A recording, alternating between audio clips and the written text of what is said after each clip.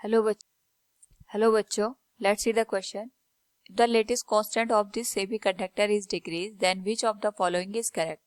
A. EC and EV increase but EG decrease. B. EC and EV decrease but EG increase. C. All EC, EG, EV decrease. D. All EC, EG, EV increase. Now to answer this question, first we will discuss here the key concept, and here the key concept will be energy band gap in a semiconductor. तो जो हमारे पास semiconductor में energy band gap होता है, it is represented like this. यहाँ पे हमारे पास अपर में कंडक्शन बैंड होता है और लोअर साइड में वैलेंस बैंड होता है. And there is a difference of the energy between the conduction band and valence band. और यहाँ पे जो एनर्जी का डिफरेंस होता है, इसी को हम यहाँ पे एनर्जी बैंड गैप का नाम देते हैं, या इसको हम यहाँ पे फॉरबिडन एनर्जी बैंड गैप का नाम देते हैं. तो इस पर्टिकुलर केस में जब इलेक्ट्रॉन को वैलेंस बैंड से कंडक्शन बैंड में मूव करवाना होता है, तो उस पर्टिकुलर केस में हमारे पास एक्सटर्नल एनर्जी की रिक्वायरमेंट होती है, and that external energy is equal to the energy band gap produced in the semiconductor. Now according to the question, हमारे पास यहाँ पे लेटेस्ट कांस्टेंट ऑफ सेमीकंडक्टर के रिगार्डिंग क्वेश्चन पूछा गया है. तो उसको अंडरस्टैंड करने से पहले we will discuss the crystal.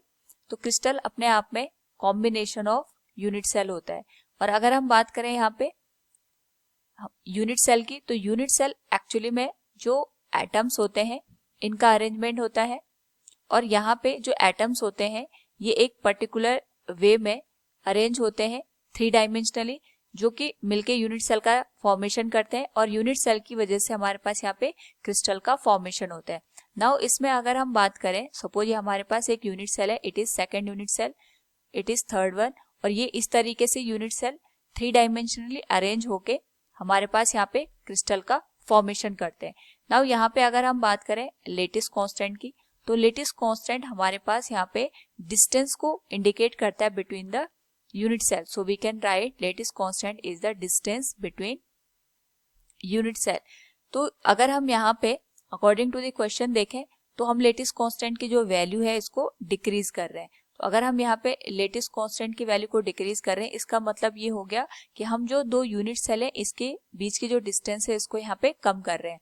और अगर हम यूनिट सेल के बीच की डिस्टेंस को कम करेंगे, इसका मतलब जो इंटरमॉलिक्यूलर स्पेस होगा ये हमारे पास यहाँ पे रिड्यूस हो जाएगा. नाउ अगर हम यहाँ पे इंटरमॉलिक्यूलर डिस्टेंस की बात करें, इसको रिड्यूस कर रहे हैं, तो कंडक्शन बैंड और वैलेंस बैंड पे क्या इफेक्ट पड़ेगा. अब हम इसको एनालिसिस करते हैं. तो जो बेसिकली हमारे पास यहाँ पे कंडक्शन बैंड होता है और यहाँ पे हमारे पास वैलेंस बैंड होता है. तो यहाँ पे according to the given condition lattice constant की जो वैल्यू है वो डिक्रीज हो गई. और लेटेस्ट कांस्टेंट की वैल्यू डिक्रीज होने की वजह से हमारे पास जो यूनिट सेल है इसके बीच की जो डिस्टेंस होगी वो डिक्रीज हो जाएगी. यूनिट सेल के बीच की डिस्टेंस डिक्रीज होने का मतलब ये हो गया कि हमारे पास जो इंटर मॉलिक्यूलर स्पेस है इसकी वैल्यू डिक्रीज हो गई.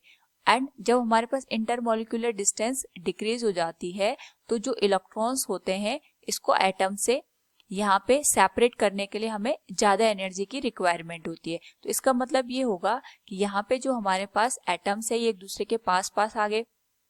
और जो वैलेंस बैंड है यहाँ पे अगर पहले स्पेसिंग इतनी थी, तो वो स्पेसिंग यहाँ पे कम हो जाती, क्योंकि इंटरमॉलिक्यूलर डिस्टेंस कम हो गई. तो जो स्पेसिंग पहले ज्यादा थी अब वो रिड्यूस हो जाएगी. यानी हम कह सकते हैं जो वैलेंस बैंड है वो यहाँ पे डिक्रीज हो जाता है. सेम केस यहाँ पे कंडक्शन बैंड के साथ भी आएगा कि कंडक्शन बैंड भी यहाँ पे डिक्रीज हो जाएगा.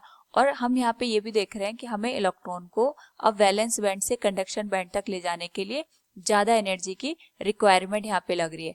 And we have already discuss कि अगर यहाँ पे जो एक्सटर्नल एनर्जी होती है वो डिपेंड करती है फॉरबिडन एनर्जी गैप पे. अगर हमें यहाँ पे एक्सटर्नल एनर्जी ज्यादा लग रही है, इसका मतलब यहाँ पे हमारे पास जो एनर्जी गैप है ये इंक्रीज हो गया होगा, तभी हमें यहाँ पे एक्सटर्नल एनर्जी ज्यादा लगानी पड़ रही है. और दूसरा हम इसको इस तरीके से भी समझ सकते हैं, क्योंकि इंटरमॉलिक्यूलर स्पेस कम हो गया, तो जिस वजह से यहाँ पे वैलेंस बैंड है इनमें जो एटम्स है एक दूसरे के पास पास आ जाएंगे.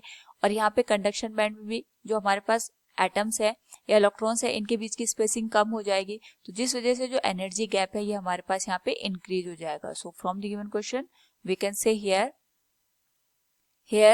The energy band gap will increase, but EC and AV, that is conduction band gap and valence band gap, will decrease. Option B will be the correct one. Hope all you understood it. Thank you and best of luck.